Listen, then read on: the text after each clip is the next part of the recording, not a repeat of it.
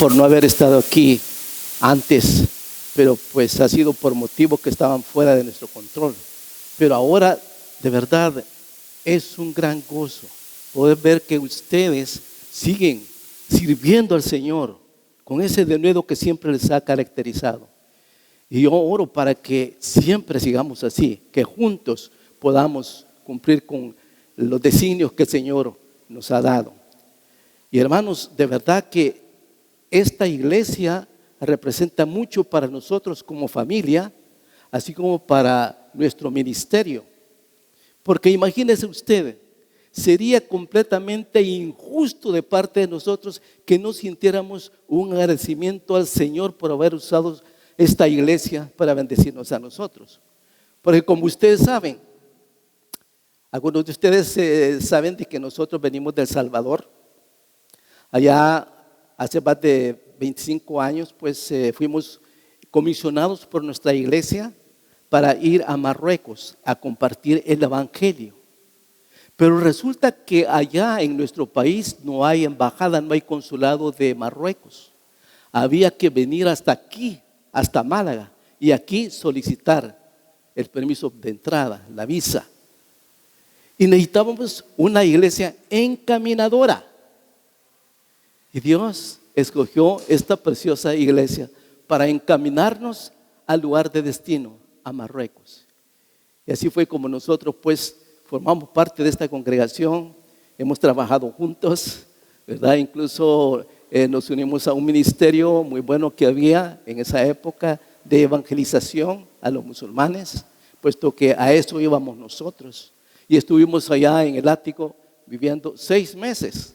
Esperábamos estar 3 meses, pero la visa se tardó y tuvimos que estar 6 meses aquí. Pero hermanos, durante ese tiempo tuvimos el gozo, el privilegio de conocerlos a ustedes y de recibir ese amor que solamente el Señor puede poner en sus corazones.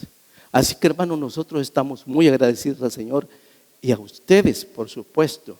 Aquí tuvimos la oportunidad de conocer hermanos tan entregados al Señor, hermanos preciosos de verdad, como el hermano Miguel Rueda, que está ante la presencia del Señor, hermano Rafael Rodríguez también, la hermana María Laguna, la hermana María Benítez, todos ellos ya gozando de la presencia del Señor. Y algo muy interesante que me llamó la atención es de que después que la hermana María Benítez partiera al Señor, descubrieron en una de sus Biblias una larga lista de personas, iglesias y de misioneros por quienes ella oraba. Y no solamente oraba, hermanos, sino que apoyaba económicamente a estos ministerios. Y uno de esos favorecidos, inmerecidamente, fuimos nosotros, el Centro Cultural La Puerta. De ella recibimos por muchos años una ayuda que nos sirvió para pues, pagar todo el mantenimiento que requiere el edificio. Así que estamos tan agradecidos al Señor. Y qué gozo es estar nuevamente en este lugar donde nosotros hemos trabajado junto con ustedes. Ver rostros tan queridos, ¿no?, que llevamos en nuestro corazón, de verdad. Y ver rostros nuevos también, ¿no?, que solamente he visto la mascarilla, ¿no?, pero un día espero verlos sin la mascarilla, ¿no? Pero bueno, gracias a Dios, ¿no?, porque es una manera de protegernos contra el virus. Pero hermanos, de verdad, esta iglesia está en nuestros corazones. Y el agradecimiento que tenemos es por la eternidad, porque de verdad se identificaron con nosotros mientras estuvimos aquí antes de entrar a Marruecos. Gloria a Dios, gloria a Dios. Y hermanos, como siempre tenemos que aprovechar todo momento para edificarnos con la palabra, vamos a abrir nuestras Biblias a Segunda de Corintios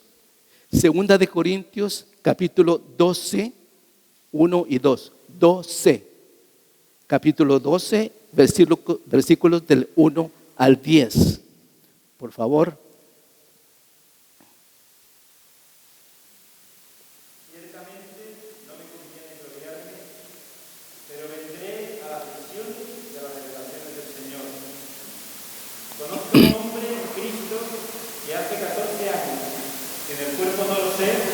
sí fuera del cuerpo, no lo sé, Dios lo sabe, fue arrebatado hasta el tercer cielo.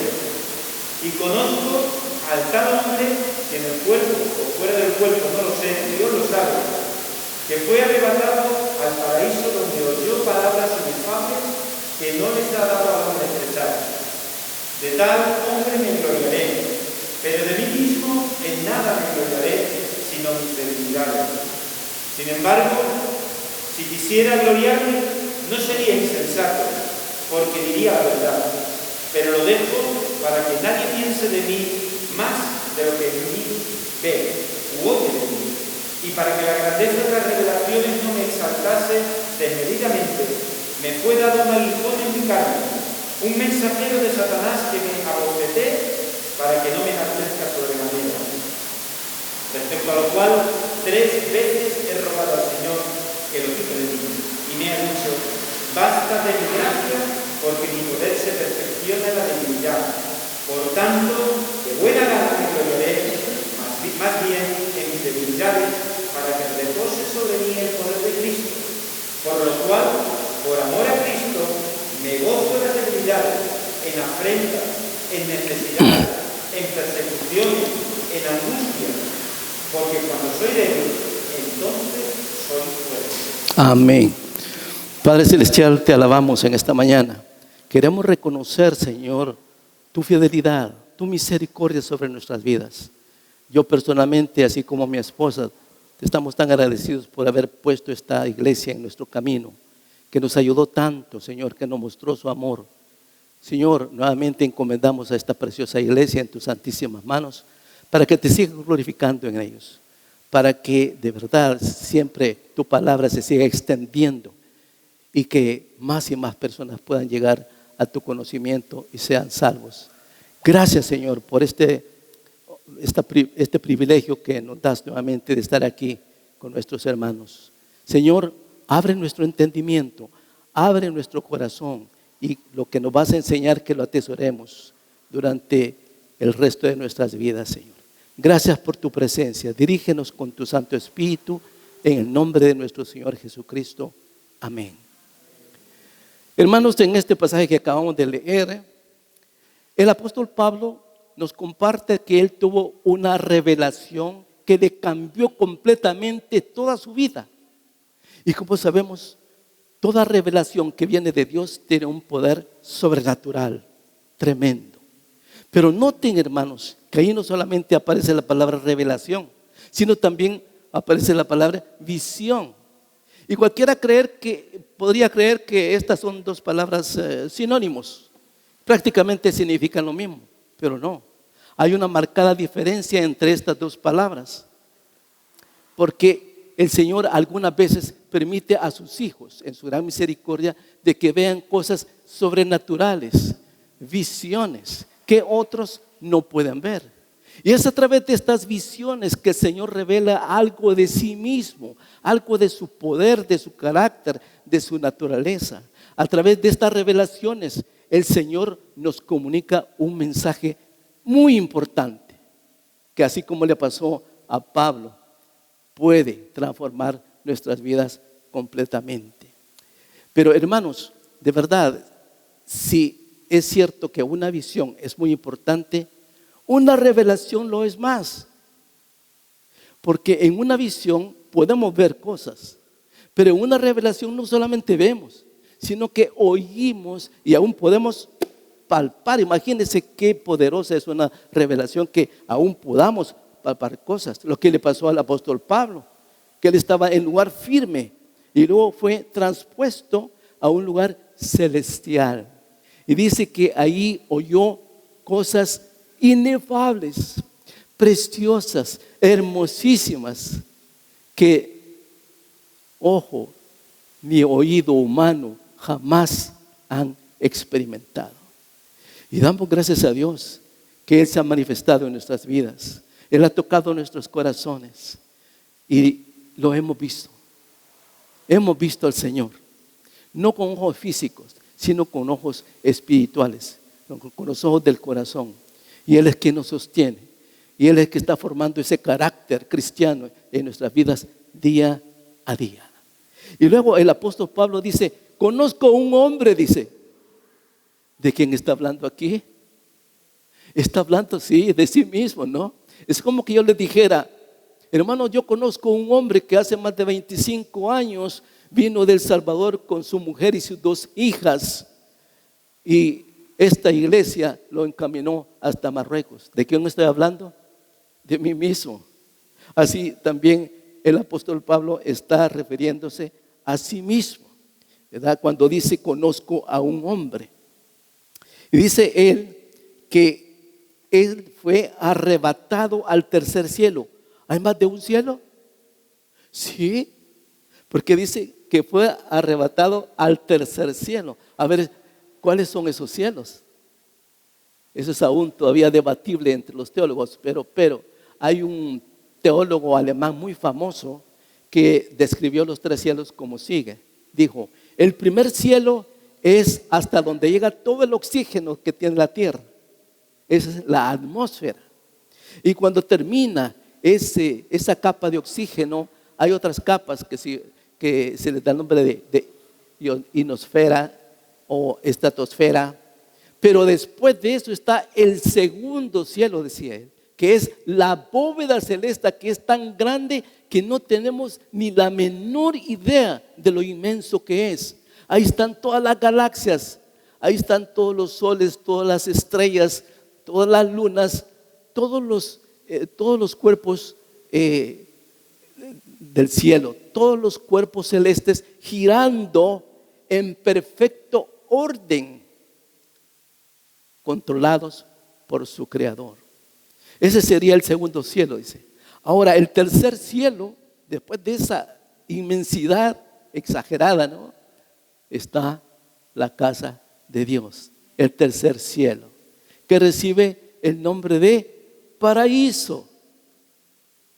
Ahora, la Biblia describe el paraíso como un lugar precioso, con calles de oro y con toda clase de piedras preciosas. Imagínense qué belleza la que nos espera allá, ¿no? Estaba leyendo hace poco, ¿no?, de cierta cultura que tiene un concepto del cielo, pero de una forma totalmente equivocada. Es un cielo de placeres, donde hay vino, donde hay carnes de toda clase, frutas de toda clase. Dios, qué diferencia con el cielo que tenemos nosotros. Es un cielo donde vamos a estar todos alabándole al Señor. Esa es la gran diferencia entre el cristianismo y otras religiones. Claro, nosotros no practicamos ninguna religión, pero sí el concepto del paraíso es realmente hermoso, porque vamos a estar ahí adorando a nuestro ser amado, a nuestro Redentor. El tercer cielo. Y hermanos, la palabra paraíso se menciona 3 veces en el Nuevo Testamento. La primera vez que aparece la palabra paraíso es aquí en este pasaje que acabamos de leer, de 2 de Corintios 12, ¿verdad? La segunda vez que aparece la palabra paraíso, ustedes se recordarán que es cuando el Señor Jesús está siendo crucificado. Y en la par de él, a la derecha y a la izquierda, hay 2 ladrones. Y uno de estos ladrones ve la majestad de Dios, ve a Cristo Jesús como Dios encarnado y ve su pecado. Ahora, no es cierto, hermanos, que entre más oramos nosotros, entre más nos acercamos a Dios, entre más le buscamos, más vemos nuestro pecado, más vemos nuestra pequeñez. Así es, porque Él ilumina nuestras almas y nos hace ver su santidad. Pues aquí está este ladrón, ¿verdad? Pero hermanos, esto nos enseña algo, porque este ladrón reconoce al Señor en sus últimos momentos. Nosotros conocemos vecinos, amigos, tal vez incluso familiares que están a punto de morir, pero nadie les ha compartido el evangelio, nadie les ha compartido de Dios. A lo mejor este hombre, este ladrón arrepentido, vivió una vida perdida completamente porque nadie le habló de Dios. Y de ahí se deriva nuestra responsabilidad que tenemos, hermanos, de dejar a un lado la vergüenza. Algunas veces nos da vergüenza, lo digo con mucha pena, perdone, nos da vergüenza que conozcan que somos cristianos. Porque ¿qué van a decir? Que somos fanáticos, ¿no? O que nos han lavado el coco, muchas cosas. ¿Es eso sufrimiento? Eso no es nada. Si nos ponemos a pensar cómo sufrieron los apóstoles del Señor Jesús, los grandes héroes bíblicos, dieron sus vidas, sufrieron por el Señor Jesús. Pues nosotros tenemos esa responsabilidad, hermano. Este ladrón tuvo la fortuna de ver la gloria del Señor a punto de morir, y ahí mismo se arrepintió. ¿Y qué le dijo al Señor Jesús? Señor, acuérdate de mí cuando vengas en tu reino. Ahora la respuesta tan preciosa del Señor, ¿no? El Señor no le dijo, bueno, mira, tú tuviste tiempo para buscarme y no lo hiciste, ¿no? No, le dice, de cierto te digo, que hoy estarás conmigo en el paraíso. Qué hermoso, ¿no? El Señor no toma en cuenta edades, hermano. El Señor nos ve siempre con ojos de misericordia. Y no importa la edad que tenga un pecador, puede tener 95, 100 años o quizás más. Pero si se arrepiente de todo corazón, no importan los pecados por oscuros, por negros, por feos que hayan sido. El Señor siempre está para perdonar, porque vino a salvar a los pecadores. Qué preciosas esas palabras, ¿verdad, hermanos? Y eso es lo que nos dice a nosotros cuando estamos en medio de la prueba. Y lo que estás sufriendo ahora no puede compararse en nada con el gozo que vas a tener allá en la eternidad conmigo. Y la tercera vez que aparece la palabra paraíso, hermanos, se los leo yo, es muy cortito, está en Apocalipsis capítulo 2, versículo 7. Dice, al que venciere le daré a comer del árbol de la vida, el cual está en medio del paraíso. Pero teniendo un paréntesis aquí, cuando nosotros hablábamos de que el apóstol Pablo fue arrebatado al cielo, debemos de comprender que arrebatar es tomar, es llevar algo repentinamente. ¿Cuántas veces hemos oído nosotros en la televisión o en los medios de comunicación que dicen, una señora iba por la calle y de repente un hombre en una motocicleta se le acercó y le arrebató el bolso y se lo llevó? Eso es arrebatar. Pues el apóstol Pablo fue arrebatado. Y quisiera que leyéramos ese pasaje que me estaba quedando. Se encuentra, hermanos, en Hechos capítulo 8 del 32 al 40.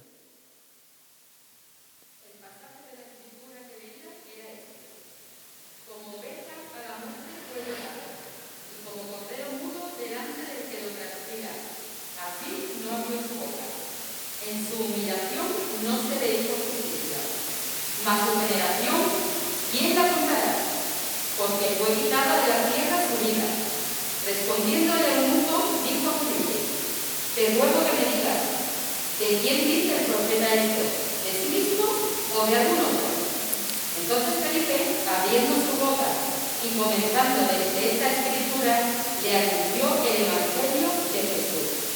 Y yendo por el camino, llegaron a cierta agua, y dijo al eunuco, aquí hay agua que impide que no sea bautizado.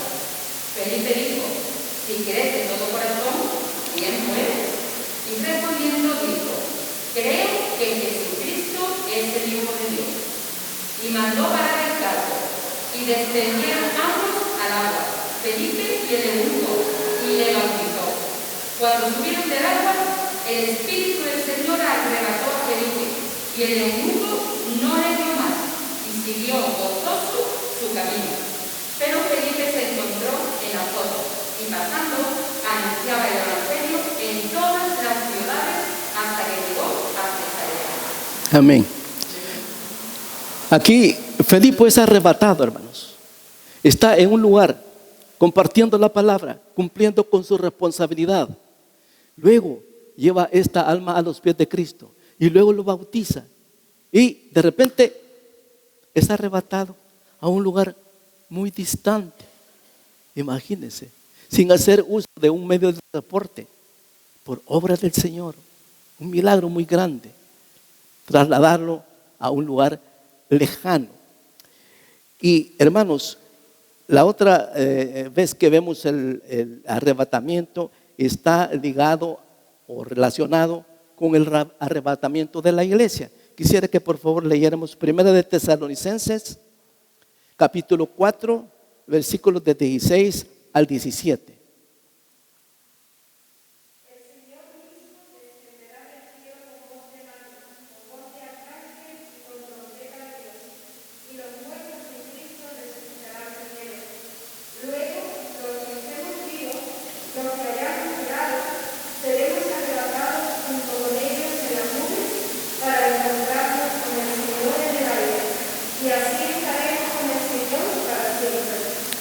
Amén. Gracias a Dios. Ahora, los enemigos del evangelio señalan aquí como un error de Pablo. Porque Pablo dice, los que hayamos quedado, los que estemos vivos cuando el Señor venga, dice, vamos a ser arrebatados. Y los enemigos del evangelio dicen, se equivocó. Porque ¿dónde está Pablo? Si él ya murió, cuando venga el Señor Jesús, no va a estar él, no va a estar vivo. Pero lo que no comprenden ellos, que está hablando de la unidad de la iglesia. La palabra dice que ni la muerte, ni la vida nos podrá separar del amor de Dios que es en Cristo Jesús. Y ahí está la distancia. La distancia no nos puede separar. Es como que si un día aquí el hermano Bori y el hermano Alfonso, los líderes de la iglesia, vinieran y dijeran, hermanos, dentro de 2 semanas vamos a tener una actividad evangelística en Torrox, por poner un nombre. Pero nos vamos a dividir en 2 grupos. Unos vamos a ir allá a Torrox a hacer la actividad evangelística y otro grupo se va a quedar orando aquí en la iglesia. Y dicen ellos, cuando nosotros vayamos a empezar allá la actividad evangelística, los que hayamos quedado en la iglesia van a empezar a orar con mayor denuedo. Alguien puede decir, está en Torrox y dice que también viene en la iglesia. Pero es precisamente el pueblo de Dios. Sentimos una misma cosa, estamos unidos. El amor de Dios ha sido derramado en nosotros y el amor de Dios es el que nos une. Así que la distancia no tiene ningún poder para que nosotros estemos separados espiritualmente. Físicamente podemos estar distantes, ¿no? Pero nuestros espíritus están siempre unidos al Señor. Somos un solo cuerpo. Y dice aquí que los muertos en Cristo resucitarán primero. O sea, los hermanos que ahora ya están ante la presencia del Señor van a tener privilegio de ser los primeros en resucitar. Ahora, los que hayamos quedado, como dice Pablo, seremos los que continuarán en la resurrección. Y miren, hermanos, el apóstol Pablo es bien sincero. Él dice, cuando yo fui arrebatado, yo no sé si fue solamente el espíritu que fue transpuesto o fue espíritu y cuerpo. Yo no sé, solo Dios lo sabe. Pero lo importante es que yo fui transportado a lugares celestiales. Ahora, fíjese bien, hermano, cuando Felipe es arrebatado después de bautizar al etíope eunuco, es transportado a una ciudad. Él aparece en esta ciudad que fue arrebatado, ¿cómo se llama? ¿Cómo es Sopo? Azoto, sí, gracias. Se me está olvidando. Creo que son los años, ¿verdad? Bueno, Azoto. Aparece en Azoto, pero aparece con las mismas características físicas que tenía en aquel lugar. No hay ningún cambio. En cambio, cuando el Señor venga, en en una fracción de segundos, nuestros cuerpos van a ser transformados. Vamos a tener cuerpos glorificados, imagínese usted. Vamos a recibir cuerpos incorruptos. Esta debilidad, esta impureza que tenemos, va a quedar completamente anulado y vamos a recibir cuerpos como de ángeles, cuerpos incorruptos. Ahora, hermanos, cuando nosotros leemos esta promesa, no nos da ánimo de seguir adelante. Ahora con esta crisis que estamos pasando, que ha venido a causar tanto problema, ¿no? ¿No vamos nosotros marchando con el Señor sabiendo de que nos espera un galardón tan grande? Yo creo que es suficiente, motivo suficiente para que nosotros tengamos la fuerza necesaria para seguir adelante, sabiendo que el Señor está allá esperando por nosotros. Eso es tremendo, ¿no?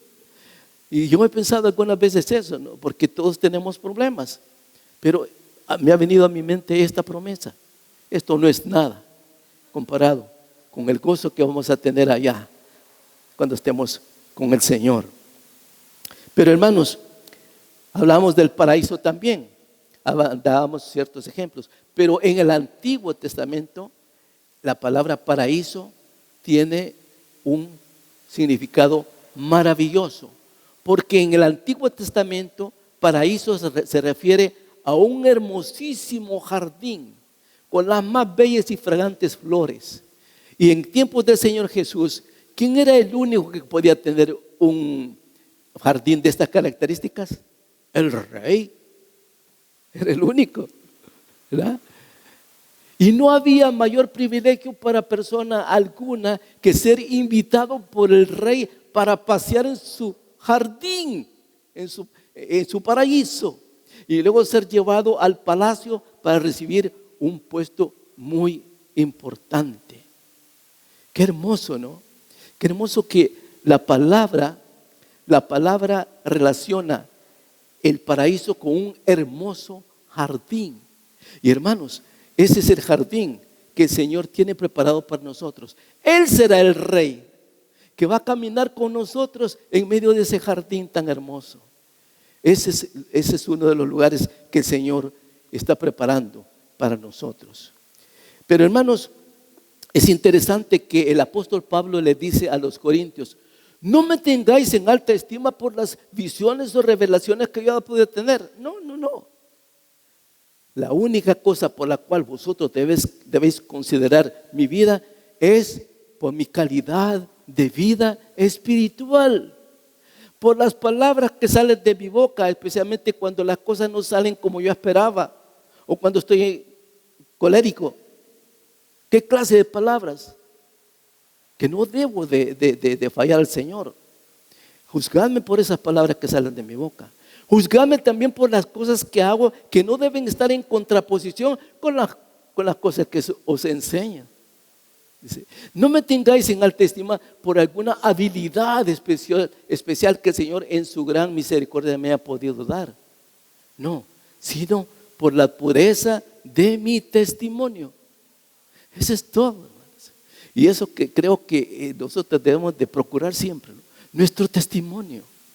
Hay momentos difíciles en la vida, aún en el hogar, con nuestros hijos. Hay momentos que no es cierto que dicen, es que esto me saca de casillas, dicen, ¿no?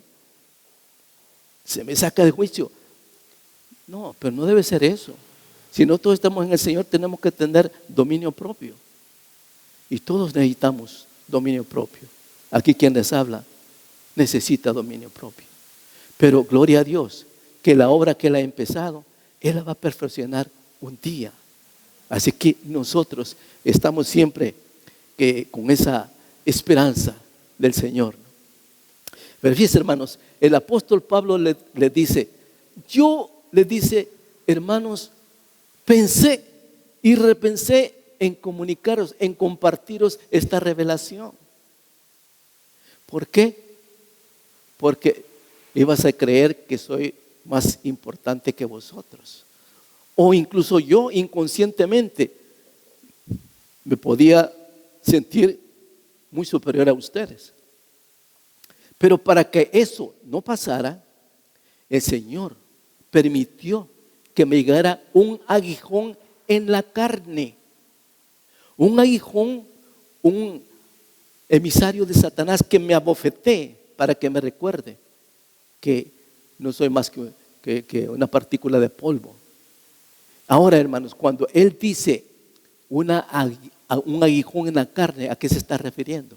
Se está refiriendo a un dolor físico.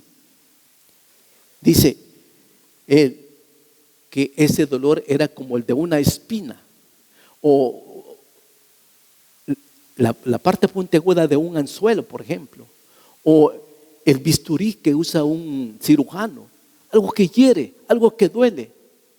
¿Qué enfermedad era esa, hermano? La de los ojos. Y algunas veces le digo a mi esposa Ruth, digo, bueno, al menos en eso estoy imitando al apóstol Pablo, que estamos enfermos de los ojos. Pero en realidad que era algo que le impedía realizar el ministerio a Pablo. Pablo decía, yo acepto este aguijón de buena gana, porque sé que es para mi propio bien. Es para que yo de verdad confíe en el Señor y que en la salud o en la enfermedad esté confiando en Él. En la salud o en la enfermedad le esté dando gloria a Dios. En la salud o en la enfermedad esté compartiendo el Evangelio. Imagínense qué tremendo, ¿no? Pablo, un alma entregada completamente al Señor. Primero el Señor, después era el ministerio y lo servía al Señor con todo su corazón a tal punto que dio su vida por el Señor. Y fíjese, dice aquí en Gálatas 4:14, dice, no me despreciasteis ni desechasteis por la prueba que tenía en mi cuerpo, o sea, la enfermedad de sus ojos. Antes bien me recibisteis como a un ángel de Dios, como a Cristo Jesús. Y eso es lo que ustedes han hecho, hermanos. Cuando nosotros como familia vinimos aquí, nos recibieron como que hubieran venido ángeles. Y nos hacemos eco de estas palabras del apóstol Pablo. Como que hubieran recibido a Cristo Jesús mismo. Tremendo, ¿no? Así que el Señor es glorificado en las cosas que hacemos. Y Él decía, mirad con cuán grandes letras os escribo de mi propia mano, porque ya casi no veía el pobre. Pero eso no le detenía para hacer el ministerio. Él seguía adelante y decía él, en Cristo somos más que vencedores. ¿Verdad? Decía él, para mí el vivir es Cristo y el morir es ganancia.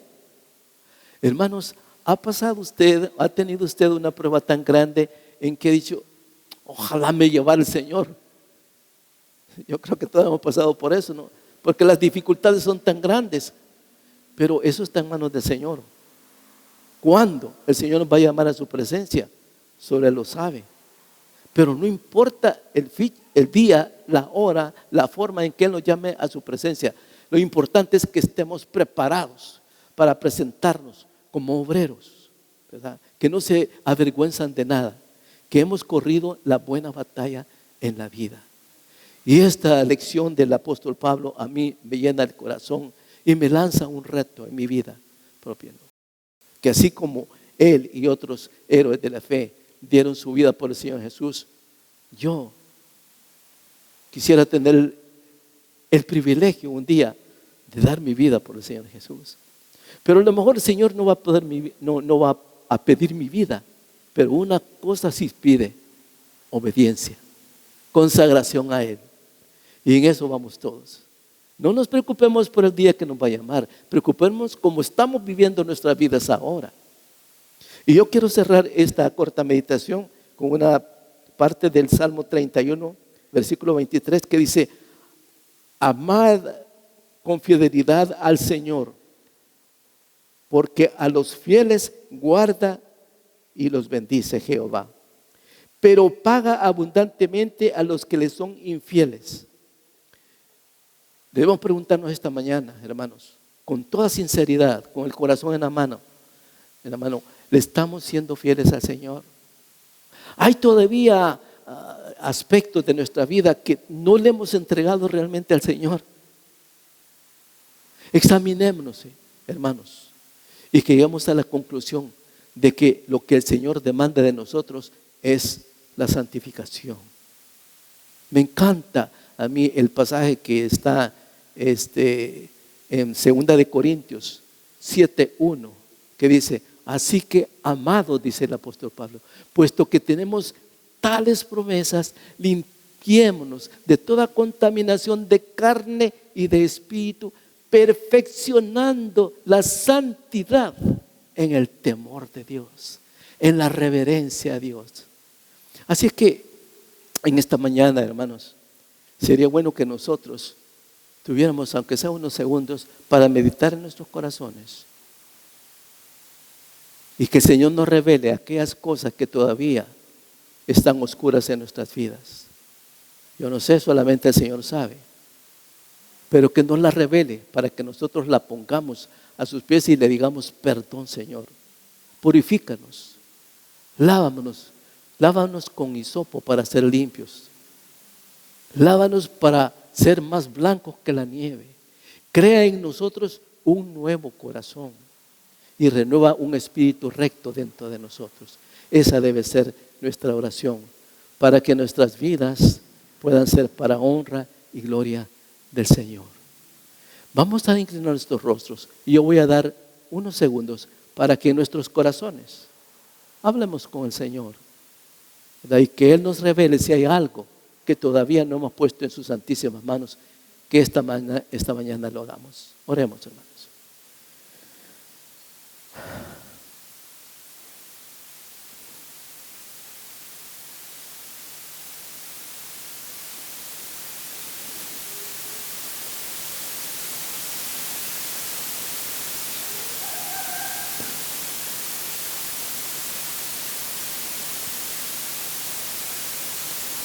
Padre Celestial, yo me uno a la actitud de mis hermanos.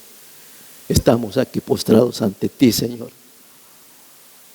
reconociendo que somos pecadores, Señor. Y queremos, Señor, que examines nuestros corazones y que toda actitud que no sea de tu agrado, Señor, que de todo corazón la hagamos a un lado, Señor. Y como dice tu palabra, que estemos de verdad perfeccionando esa santidad, Señor, que ya nos diste, Señor, y que lo hagamos en reverencia, en obediencia a ti. Gracias, Señor, porque al corazón contrito y humillado jamás despreciarás, Señor. Y aquí está tu pueblo, Señor, pidiéndote perdón por nuestros pecados y pidiéndote la unción de tu Santo Espíritu para vivir vidas victoriosas en ti, Señor. Y con esta misma actitud de oración yo quiero dirigirme a alguien que tal vez está aquí entre nosotros y aún no ha aceptado al Señor Jesús como su personal Salvador. Si usted en esta mañana siente que el Señor Jesús ha tocado su corazón y le está llamando, yo le voy a suplicar que haga la oración, que repita las frases que voy a ir diciendo, pero hágalo como que si viniera de su propio corazón. Padre Celestial, gracias por tu santo amor. Gracias porque un día derramaste tu sangre bendita para borrar mis pecados. Te acepto en mi corazón. Quiero dedicar mi vida totalmente a ti. Y gracias, Señor, por la vida eterna que me das. Gracias en el nombre de nuestro Señor Jesucristo. Amén. Si usted hizo esta decisión, aquí están nuestros pastores de la iglesia, nuestros líderes, a quienes usted se puede acercar.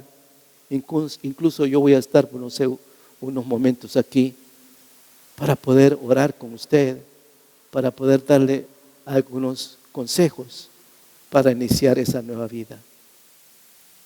Así que, hermanos, ha sido un privilegio muy grande estar con ustedes y alimentar nuestras almas con la gloriosa palabra de Dios. Que el Señor les bendiga.